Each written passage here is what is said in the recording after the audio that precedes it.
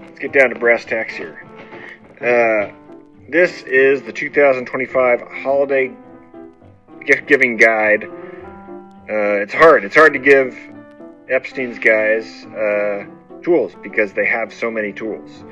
So if you are a significant other and you are trying to buy something for the holidays and you have not paid attention all those times they told you about the tools that they want or need, this is for you. You've got two options that I see in front of you. One of them is to not care what they have and to buy things that you can always have more of, right? So no one will ever complain about having too many flashlights. You buy somebody a flashlight they already have, they're going to be like, great, I got a backup light. There's some cool deals on Phoenix. They've got the double pack. They also are coming out with a new flashlight in November that looks amazing. It looks like that flat rectangular O light with a laser pointer. I've already asked them about it, but it's currently not available to us. But when those come out, we're going to buy a bunch. Other items that you could buy that no guy will ever complain about. Knives. You will never hear somebody say, I have too many knives. So, no-brainer gift. There are also things like screwdriver bits. You will never have enough screwdriver bits. Vessel makes these very swanky set. This is the most popular set right here. Good stocking stuffer, right? Now then there's also like ratchets. Now we're getting into a little bit different territory here. You know, it's like buying somebody a gun. It's like they're not going to be upset that you bought them a gun, but they are particular about them. You know, so ratchets are one of those things where everybody's got their own peculiarities and preferences about what they think is a good ratchet. This is by far our most popular ratchet, and it's one that a lot of people don't yet have. It's a Koken ratchet. It's 72 tooth pair head. It's got a nice flex on it. It's a nice ratchet. Pretty much everybody loves this ratchet once they start playing with it. If you want to buy them stuff that has just came out, so this is another way. How do you know they don't have it? Well, it just came out. This literally came out like a week ago. This is a fractional Koken Z-Series socket set. These are super shallow sockets made for those hard-to-reach areas. We got a bunch of these in. We're, I think, the first company to list them online. Nipex came out with this plier, although the chances are he probably already has it because everybody bought one right when they came out. It's the ES Slim. It has the new jaws that have the vertical teeth. See those weird vertical teeth? It's for grabbing damaged nuts and fasteners, just like the Twin Grip. Anyway, incredibly popular pliers. Great stocking stuffer. If he already has one, now I'll have two. One for the work pants, one for the dress pants. Oh yeah, more knives. This is the 4215. This is a Dexter Green River knife. I think they call this a fishing knife.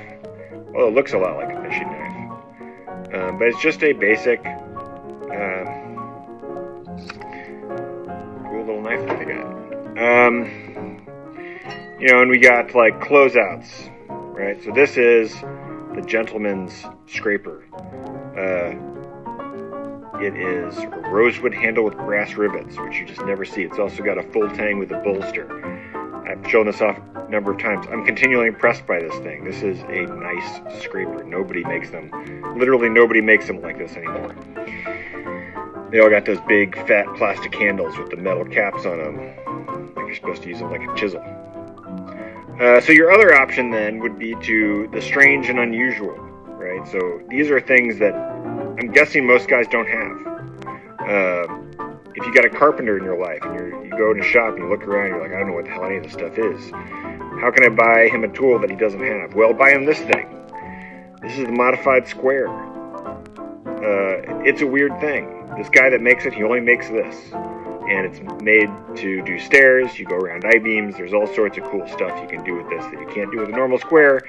The important thing is, most people have never seen this before, and it's just impressive. The number one thing you can do with this is you can put it in your box and then go show your friend that he doesn't have one. Other weird, unusual things nobody will ever have.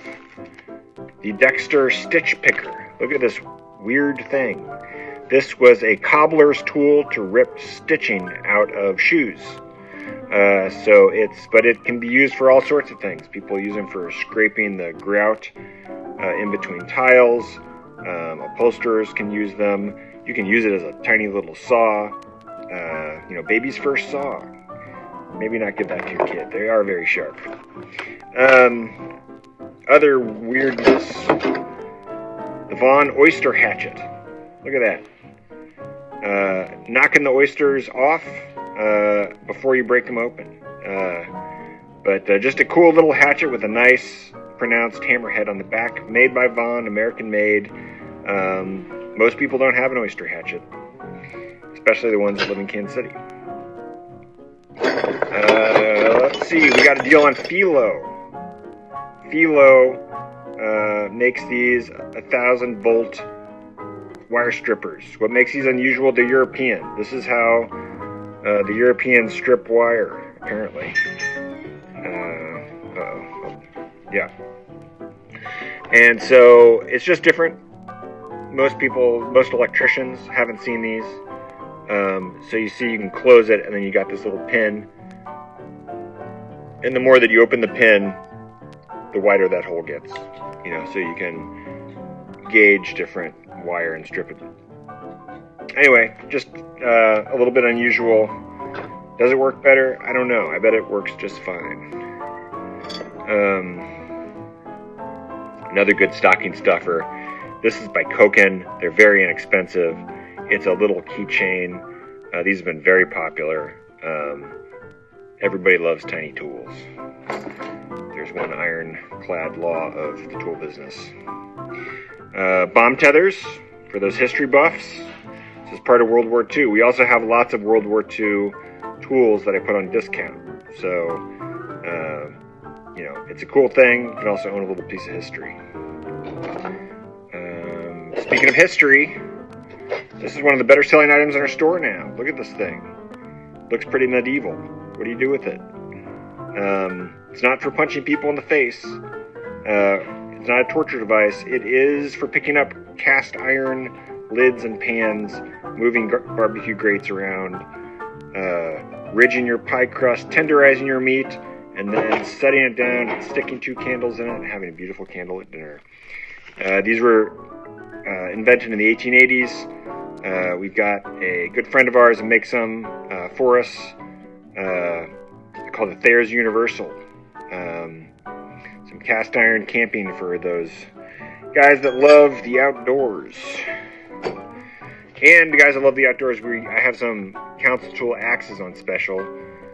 They got a black fiberglass handle. They were originally made for the government.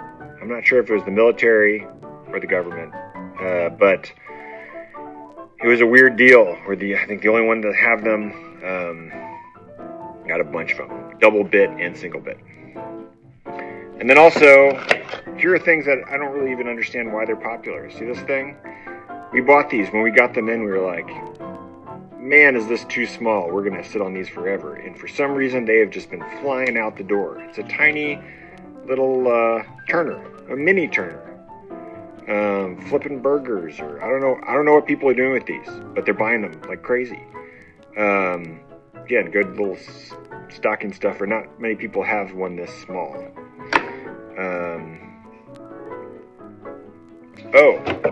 If you got a woodsman in your life, you should just get him a pickaroo, and he'll just be impressed that you know what one is. This is for picking up pieces of wood so you don't have to bend over. These have been fairly popular, but we got a lot of axes and things like that. Oh yeah, the Japanese. A lot of people have 1,000,001 pliers. Not a lot of people have a slip joint angled nose pliers that is paper thin. Look at that thing. This is Japan's largest plier company in the world, and we're one of the only companies in the United States that stocks their stuff. Fujiya. They make nice stuff. A guy bought this plier from us just to take it back home to see if he could break it in his vise, and he couldn't do it. So I haven't heard too much back about them, but that's the one story that somebody came back and told us. And then we got these guys. Again, for carpenters that have everything, this is a Japanese carpenter square. What makes it special, it's super thin, and they bend them like this to get into the corners. And then they have, regular fractional on one side. On the back side, they have what's called kokumi, which is a measurement only for Japan that is for squaring circles. Because so much of Japanese architecture was based around the circle, it just is an easy way for them to do it. So this is very unusual. I think we're one of the only companies to sell this in fractional and kokumi. And then these have been very popular, and we're probably not going to get these anymore. So what you see online is what you get, because the prices have skyrocketed on these things. And there's a discount code on all this Toyo stuff. So get it while you can, because it's going to be way more expensive in the future. And these are cool because it's a cantilever box. So not only do they look cool, but they're actually useful. It's hard to find a good cantilever box these days. Nobody really makes a good one. That's it. That's all I got. Enjoy. It's almost Thanksgiving, so my brother's coming into town on Sunday, and so everybody, before they just dive deep into crazy holiday shopping, should enjoy hanging out with their family and not rush so much that we actually miss an important holiday. So, all right.